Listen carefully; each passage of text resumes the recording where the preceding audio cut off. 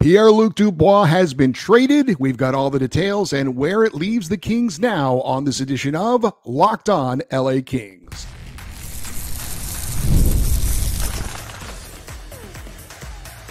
You are Locked On Kings, your daily podcast on the Los Angeles Kings, part of the Locked On Podcast Network, your team every day.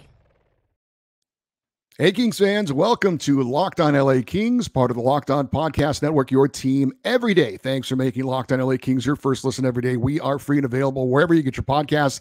We'd love you to leave us a positive comment, some feedback on Apple Podcasts if you're a fan of the show. And we're on YouTube. Please like and subscribe if you're enjoying this content. I'm Eddie Garcia, your host of Locked On LA Kings. I've worked in sports media for the past 30 years, 20 plus years at the Fox Sports Radio Network, also co-host of the Puck Podcast, a weekly NHL review show that's been putting out content for the past 17 years, and a passionate LA Kings fan for over 30 years. Today's episode is brought to you by Gametime. Download the Gametime app, create an account, and use the code LOCKEDONNHL for $20 off your first purchase. Terms apply. This is Wednesday, and we normally have this day set aside for special guests, so perhaps Jesse Cohen from the All the Kings Men podcast will join us tomorrow or sometime soon in the future. But today's news made it necessary to change up our schedule. The LA Kings traded forward Pierre Luc Dubois to the Washington Capitals for goalie Darcy Kuemper straight up, ending a short but tumultuous stay in LA for PLD. Now, the Kings did say that they were not going to buy out Pierre Luc Dubois' contract, and that was even going to be, it might not even have been an option for the Kings because of what the Stanley Cup final may potentially end. But they never said that they wouldn't trade him. The problem was if they could find a trade partner that would want him and what it was going to take for them to take him off the Kings' hands in return. Turns out nothing. And LA gets a potential solution to the question of who is going to be in net for this season. But the biggest part of the trade is getting rid of the contract. Pierre Luc Dubois is going to make $8.5 million per season for the next 7 years. Even if PLD gets things on track going forward, playing a top six role and returning to his career averages, you could argue he is still not worth that kind of money. By getting rid of his contract and taking off on the contract of Darcy Kuemper, and we'll talk more about him coming up, the Kings have an additional $3.25 million in cap space to use this offseason to sign current players or upgrade the team by making outside additions. Plus, they get rid of a player that was a problem. And I'm not saying Pierre Luc Dubois is a bad guy. You could argue he's even not a bad teammate, but by all accounts, he was certainly well liked, but he was never a player that was going to match what he was making. He was not pulling his weight on the team.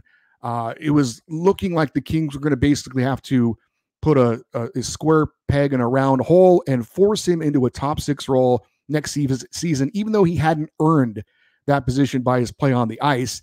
And that's not good for a team. So the big picture here is this is an addition by subtraction. GM Rob Blake did something that he's really good at, making the best out of a bad situation that he created. He did this with Cal Peterson when he paid the goaltender who had never proven he was good enough to be a number one goalie to a 3-year deal worth $5 million per season. And he ended up having to trade Cal because he wasn't good enough to be a starting goalie. He was fortunate enough to find a team that was willing to take Cal Peterson's contract off the Kings' hands. That was the Philadelphia Flyers.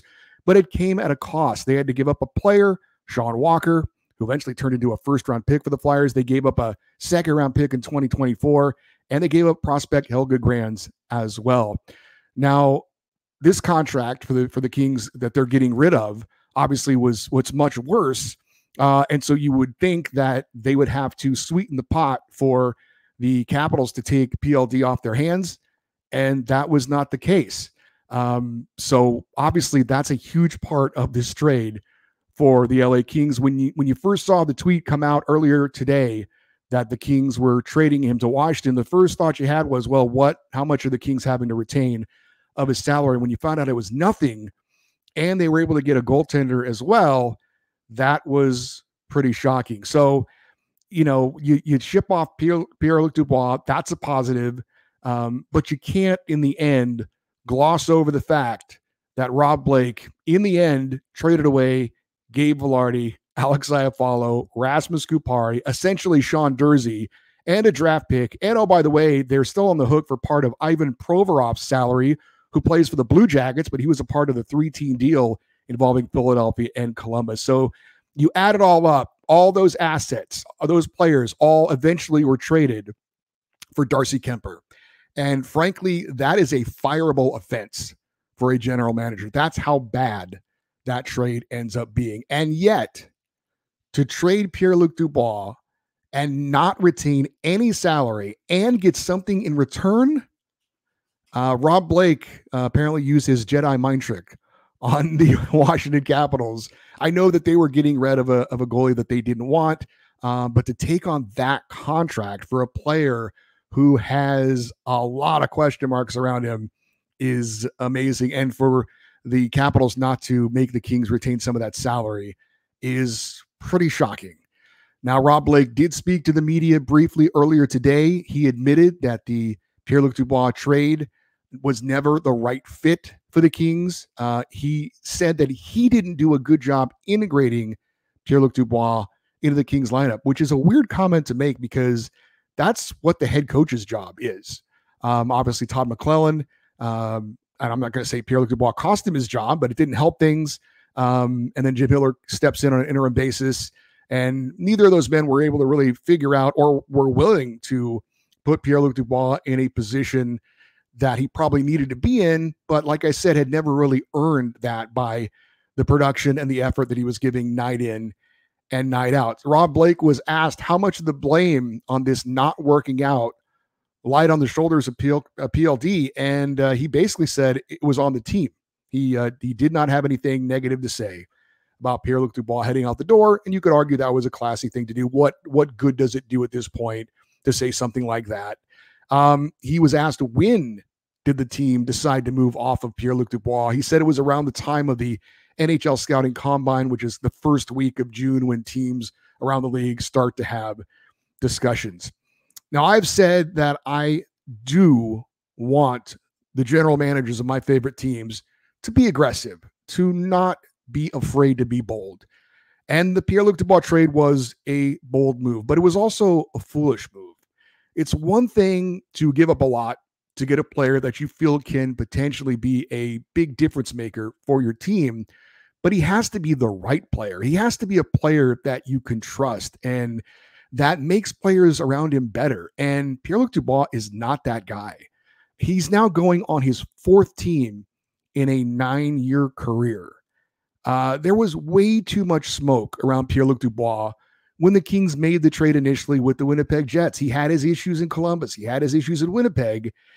That's not the guy to be bold with. You got to be, if you're going to make a big move and give up a lot of assets to get one player, you've got to know that player is the right guy. And I think there were a lot of people questioning whether Pierre-Luc Dubois was that right guy. And we were trying to, look at the bright side of things. I know I was saying, well, he's now in a place where he wants to be. He now has the contract that he wants. And his numbers had always been pretty good. So now he's going to be even better. And it just wasn't the case. As a matter of fact, it was the opposite of that. So the Kings have moved on from Pierre-Luc Dubois. I think it is certainly, possible as far as Rob Blake goes that this is going to be looked on as a positive. But again, in the end, when you consider everything that was given up and where the Kings are now, yes, it was a great move to be able to get rid of that contract and not have to retain anything. But in the end, the overall situation surrounding Pierre-Luc Dubois, there's no way to spin it. It was a major, major blunder on his part. Now, does this save Rob Blake's job? Well, certainly I would say no at this point, but that's assuming that he's on the hot seat to begin with, which seems like, that's a reasonable assumption. But in the end, it's how ownership views Rob Blake, how upper management views Rob Blake, not necessarily fans or people in the media. And that's something that only they can answer. Now, I've said I would have fired Rob Blake after this season. Obviously, he still has a lot more work to do this offseason. This was a pretty positive first step in a bad situation. But the results, as far as how he completes things this offseason, what additions he makes, and how the team does this coming season, obviously will ultimately determine, you would think, whether Rob Blake will, play out the final year of his contract and have a chance to get an extension after this year. There is still a lot of work to be done for the LA Kings. You can certainly argue that in the big picture that this was a positive step in some respects. Overall, though, the whole Pierre Luc Dubois saga, again, was a failure. Whether Rob Blake is the guy to continue to create and shape and structure the LA Kings roster into, again, getting back in the playoffs and finally having some success in the postseason, that all is certainly something that is remaining to be seen. Up next, we are going to talk about what the Kings got back in return in goalie Darcy Kuemper, somebody who played in LA before for a little while. You may or may not remember that. That's next here on Locked On LA Kings, your team every day. Hey, Gametime takes the guesswork out of buying tickets. I recently purchased tickets to see my alma mater, Fresno State, play college football in the Rose Bowl against UCLA this coming season, and I purchased those tickets using Gametime, and I am a very satisfied customer. The app is super easy to use and easy to navigate. Just tap on the listings, sports, music, shows, and they will give you the list of tickets with the best deals. It's easy to search through the tickets for teams and events, and you get the lowest price guaranteed, or Gametime will credit you 110% of the difference. Take the guesswork out of buying tickets with Gametime. Download the Gametime app, create an account, and use the code LOCKEDONNHL for $20 off your purchase. Terms apply. Again, create an account, redeem the code LOCKEDONNHL for $20 off. Download Gametime today. Last minute tickets, lowest price guaranteed. Well, we knew the Kings were looking for a solution in net next season. We did an entire show about that on Tuesday, and we talked about some of the possibilities as far as bringing in unrestricted free agents. We talked about the possibility of bringing back veteran goalie Cam Talbot, who was obviously with the Kings last season and did relatively well. And we talked about some possibilities as far as the trade market for the Kings to bring someone in. One name we did not mention was Darcy Kuemper. He was not on the list. Now, if you're unfamiliar with Darcy Kuemper, he's 34 years old. He was a 6th-round pick of the Minnesota Wild back in 2006, spent parts of 5 seasons in Minnesota as both a starter and a backup before signing with the LA Kings for the 2017-18 season. In just 19 games in LA as the backup to Jonathan Quick, he posted a 10-1-3 record in 15 starts. He had a 9.32 save percentage and a goals against average of 2.10. But the Kings traded him to the Arizona Coyotes for goalie Scott Wedgwood and forward Tobias Reeder. The next season, Kuemper finished 5th in the Vezina Trophy voting with a record of 27-20-8 with Arizona. In parts of 4 seasons with the Coyotes, he was then traded to the Colorado Avalanche, where he then backstopped the Avs to the 2022 Stanley Cup title. That was his only season in Colorado. He had a record of 37-12-4. In the regular season, he went he had a 9.21 save percentage, a 9.54 goals against average, and he went 10-4 in the playoffs, 2.57 goals against average, 9.02 save percentage in that postseason that culminated in a Stanley Cup for Colorado. Now, Kuemper ended up signing with the Washington Capitals the season after winning the Cup, where he played for the last 2 years. This past season had a record of 13-14-3 with a 3.31 goals against average and an 8.90 save percentage. Lost his starting job to Charlie Lindgren. The Caps surprisingly made the playoffs, the last team in the East. They were quickly swept by the New York Rangers, but Kuemper was not a part of playing this postseason. Obviously, it is hoped that Kuemper with the Kings, with perhaps a better defensive team in front of him than he had in Washington, can certainly improve on those numbers and return to something close to where he was in Colorado. That certainly remains to be seen, but that is certainly the hope for the LA Kings. Rob Blake talked about in his press conference earlier today when addressing acquiring Darcy Kuemper that the familiarity that the Kings had with him in the past was part of the reason why they felt comfortable bringing him in. But the reality is the Kings wanted to get rid of that PLD contract. The Caps wanted to get rid of Darcy Kuemper. When Washington agreed that LA didn't have to retain any of the salary, that closed the deal. That way, Darcy Kuemper, fine. Hopefully he'll play a role, but in the end, this trade was really about getting rid of Pierre Luc Dubois and not having to retain any of that salary. For Darcy Kuemper, he's making $5.25 million for the next 2 years. It's not great value for what he's done lately, but again, this was more about getting rid of Pierre Luc Dubois' contract than anything else. Now, it is hoped that Darcy Kuemper can possibly help bridge the gap between what the Kings have now and what the Kings hope is the future in net, and that is former Michigan goalie Eric Portillo. Now, if the Kings, current best goalie prospect can progress the way that the Kings hope, with a solid full season in the AHL as the number one goalie of the Ontario Reign next year, and if he handles that well, performs well, has success, then we could see Eric Portillo being the number one goalie of the LA Kings as soon as the season after next.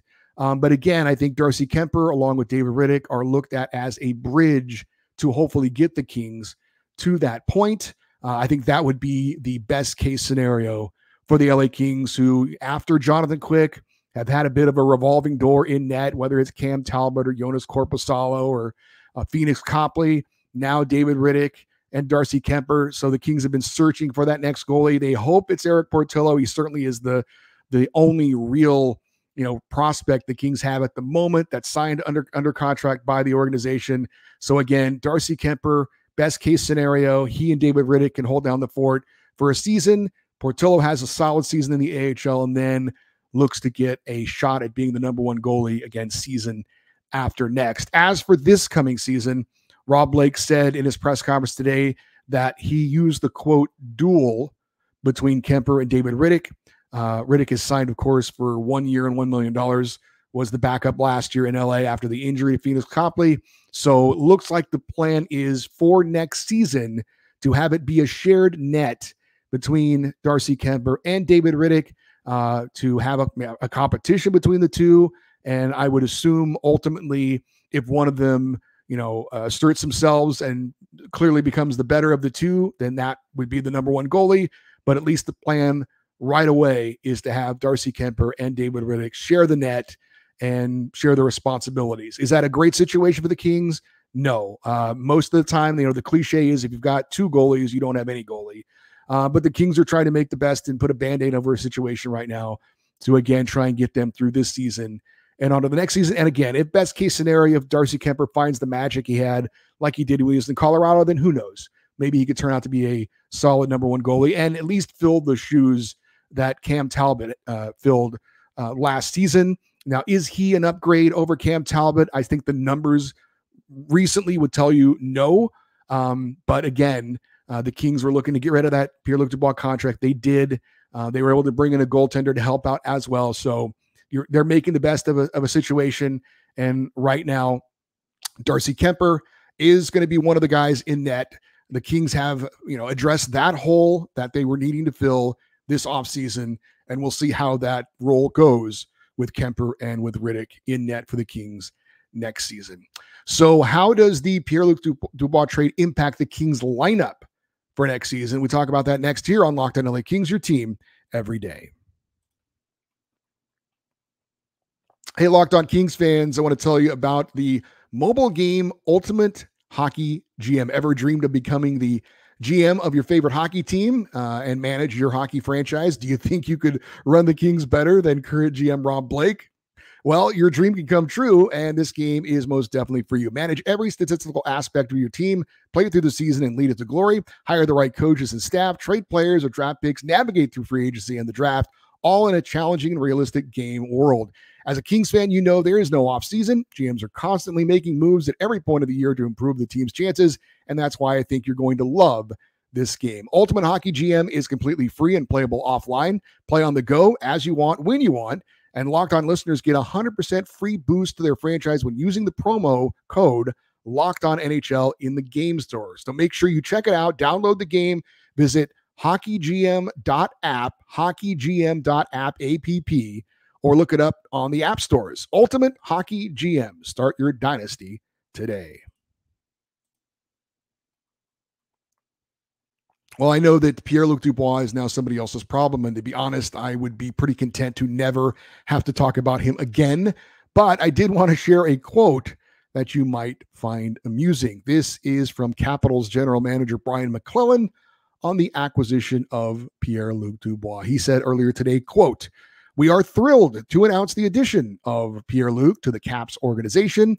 This acquisition brings in a talented 25-year-old with immense potential to become a top-tier center in the NHL. With his size, exceptional skating, and high hockey IQ, we are confident he will thrive in our organization with increased responsibility and opportunity," end quote. I can guarantee you, if I looked up the quotes of when the Columbus Blue Jackets drafted Pierre Luc Dubois, or when the Winnipeg Jets acquired Pierre Luc Dubois, or when the LA Kings acquired Pierre Luc Dubois, a lot of very similar things were said. Now, to be fair, we have admitted that Pierre Luc Dubois wasn't put in the greatest position to succeed here in Los Angeles. But if you saw him play, certainly he didn't do much to help himself in that situation as well. There were certainly times where he looked uninterested and uninspired. You make an investment in somebody like that, regardless of the situation, he has to at least give you an honest effort game in and game out. And that wasn't always the case with Pierre Luc Dubois. I think the biggest red flag, if we have any Capitals fans that might be watching to, give our 2 cents on Pierre Luc Dubois, the biggest red flag to me about him is that he has to play with good players to be good. He doesn't elevate anyone around him. Now, if he's the number one center in Washington and he's playing with guys like Alexander Ovechkin and Tom Wilson, maybe that'll be the situation for him to really succeed. But again, if it doesn't go well, if he's not put in the perfect situation, he's not a difference maker. So that you're paying him to be a difference maker, and certainly he wasn't that in LA. And you could certainly question whether he was that game in and game out in Columbus and in Winnipeg as well. So now he's the problem, we'll see, of the Washington Capitals. So where do the Kings now sit as far as their lineup, minus Pierre Luc Dubois? And I've talked about the holes that the Kings were looking to fill this offseason: third line winger, left shot defenseman, and a goalie, where you can probably scratch goalie off that list now. But now that Pierre Luc Dubois is gone, there is a hole to be filled there. Now, as far as putting PLD in that second line center position, which is where I thought if they had kept him, they were going to need to do to get the production out of him. With him gone, Phillip Danault maintains that second center position. So that's not an issue at all. Pierre Luc Dubois played mostly as the third line center for the Kings last season. So what does it mean now? How are the Kings going to fill that third line center position? Rob Blake was asked at his press conference about possibly moving Quinton Byfield to center for next season. He would only say that center is where the Kings ultimately want Q to be eventually, but is eventually as soon as next season. I think that remains to be seen. The Kings have talked about making players uncomfortable, translation, challenging certain players. I think moving Q to center for next season would certainly qualify as a big challenge for him. I am of the opinion that Byfield still needs a full, solid season on the wing before they add the responsibility of him being a full-time NHL center. I mean, last season, we certainly saw him excel, but it was only for about 75% of the season. He had that big slump late in the year. I think he still needs to put a full season together, be consistent, night in and night out. There was an illness issue, I guess, later in the year, and I think I even read that he had his appendix removed in the offseason. I don't know if that had anything to do with anything, the issues he had physically this year. But I think he needs a full NHL season on the wing, putting up the consistent numbers. And then once he's done that, make the transition over to center and add those added responsibilities. I would rather have him get top 6 minutes on the wing than bottom 6 minutes at center. So I would hold off on moving Quinton Byfield to center for next season, maybe the season after that, if he can have another step forward this year. And, we were all excited about the step forward he took and the numbers that he had. But again, I still think he's still evolving into a really good NHL forward, but he's still developing. He's not quite there yet, in my opinion. Now, if the Kings do move him to center, does the extra money they now have mean that the Kings are going to bring in some other players. Do they bring back potentially Victor Arvidsson? If they're looking at adding another winger, former King Tyler Toffoli is certainly out there. You've got some other names of note like Matt Duchene, Jake DeBrusk, Teuvo Teravainen, probably too rich for the Kings, but Tyler Bertuzzi could be some possibilities. The Kings could also decide maybe to bring back Carl Grundstrom, which is kind of up in the air right now. Arthur Kaliyev, I think, is a long shot because he's already asked for a trade, but maybe he's in the plans as well now. If the Kings, though, keep Quentin Byfield on the wing, then they could look to bring somebody in at center. Some of the notable UFA centers out there, you got Max Domi, Chandler Stevenson, Alex Wenberg, Jake Roslovic, and Casey Middlestat. Maybe those are some names of the interest of the Kings. Now, it was thought that Alex Turcotte could get a chance to be a full-time fourth-line center this coming season, and that could still happen, but it could also mean that the Kings decide to bring back Blake Lizotte and have him be the third-line center, maybe. Maybe it means that they re-sign him and keep him on the fourth-line center, and then you have Alex Turcotte and Akil Thomas playing on the wings on that fourth line. So lots of options and lots of things to still be sorted out for the Kings. It's still a very interesting offseason for the Kings. It got even more interesting with the trade of Pierre Luc Dubois earlier today, but we'll be talking about it, speculating on it, and reporting on it all offseason here for the LA Kings. One quick Kings-related note before we wrap up the show. We did see a note today that kind of got lost in the shuffle, but Kings draft pick goaltender Hampus Lukinski has committed to play at Western Michigan University. We had talked about him on Tuesday's show when we were talking about the goaltenders that he decommitted from Northern Michigan. Apparently, he has now landed at Western Michigan University. Well, I'm guessing that for our Friday fan feedback show, we're going to have lots of comments about the Pierre Luc Dubois trade. Looking forward to getting all those comments from you. If you want to send an email, the email address is lockedoneddie@gmail.com, EDDIE. Would love for you to stay interactive with the show on social media. Follow us on X, Twitter, and Instagram. We are at Locked On LA Kings. I'm Eddie Garcia. Thanks for listening and watching this episode of Locked On LA Kings, part of the Locked On Podcast Network, your team every day. Have a great rest of your day. We'll talk to you tomorrow. And as always, go Kings, go.